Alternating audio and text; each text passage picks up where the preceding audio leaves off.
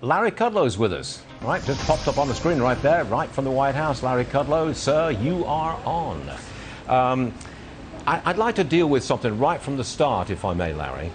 Joe Biden earlier, not today, but earlier this week, he said that Mr. Trump had taken a good economy and driven it back into the ditch. I thought that was absolute nonsense and said so on the air, but I want your reaction, please.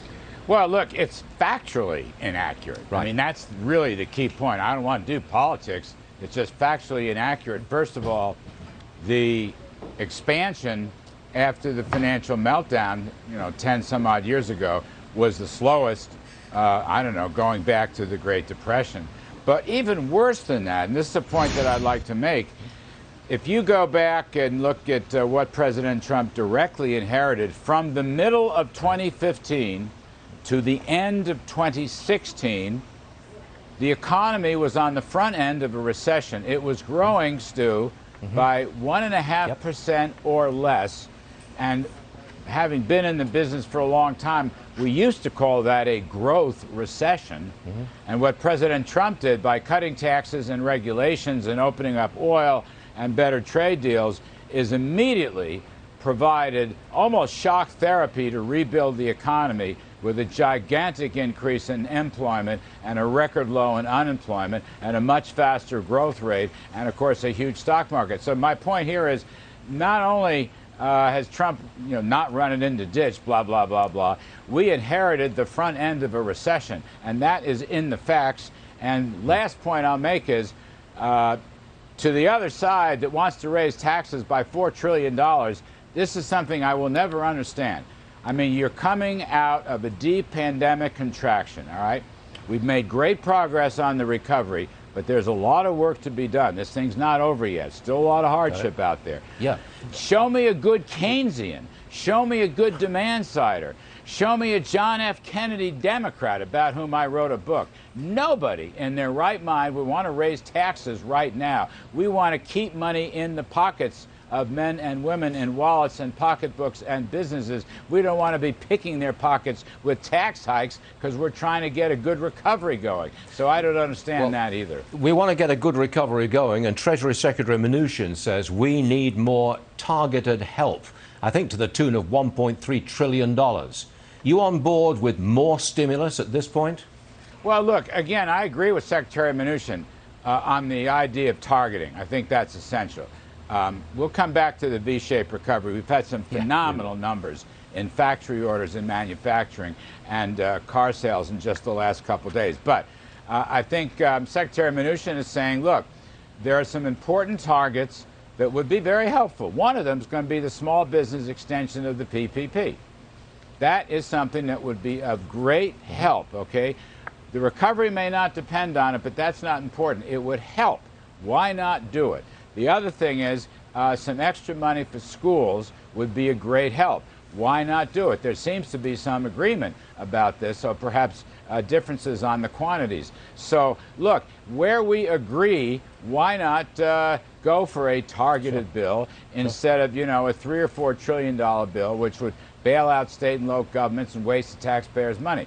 There's some things that really could help. Why not try it? I would also add to that list, why not put in some more unemployment assistance? There's nothing wrong with that. It would be a great help to people. President Trump has done it by executive order. President Trump is deferring payroll taxes by executive order, and he's keeping up the eviction moratorium by executive order. But we could get some help from Congress by codifying all of that. I think that would be quite useful also. So there are things, there are targeted specifics that would be smart. That would be smart. Not political, not grab bags, not asks that have failed time and time again. Stuff that would be smart to help this economy. We're going to grow at 20% in the second half, Stu. Right. The third quarter number is probably going to be better than 20%. There is a V-shaped recovery. You got outstanding numbers. That's what I want to talk about. Yeah, you set this up here. Look, the ISM manufacturing numbers were spectacular. The new orders component for factories was spectacular. The factory numbers that came out, I think last Friday or Thursday, were spectacular. I've seen private surveys, get this, of a trucking boom, and we know about the car boom. So we're in good shape for the V-shaped recovery, but it would be nice if the Congress could develop some bipartisan targeted points, put it in a smaller bill, and help the American recovery. How about this as a drag on the Super V recovery? The failure, especially in the big cities, to get back to school. I would have thought that was a drag on the economic recovery, because if the kids don't get back to in-classroom learning, the parents can't go back to work. I mean, I would have thought that was a drag on the recovery. Well, it may be a restraint. I think your generic point is very important. Kids should get back to school. I mean, our watchwords here regarding any of these congressional negotiations are schools and kids. Schools and kids. It's not hard to understand. And we don't have to spend a fortune. We just have to provide some necessary assistance. But you're right. There could be, in certain areas, some restraints on the recovery, on this V-shaped recovery, because parents may have to stay home. All I can say is on that point, Stu, you're right. Let's see how it plays out before we put any quantities on that. Yeah, and the virus appears to be in retreat. I think it's time we opened up. Good national numbers. Absolutely. Great national numbers. We should be opening up more. Yes. Oh, well, heavens, yes. I mean, let's reopen. We're at about 80% reopening. The spikes in the South and West did have some restraint on the recovery, but not nearly as much as many of us feared. So that's important. And look, one last point that's worth noting.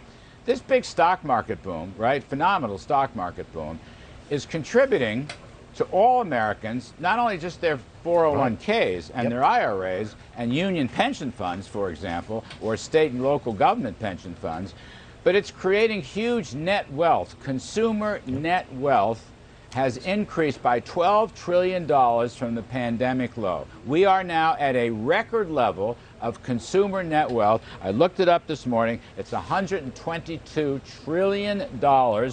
We've picked up 12 trillion more. Stocks rising, homes rising. People have plenty of cash in their bank accounts. They're not taking on new debt. So that's a good fundamental point as well.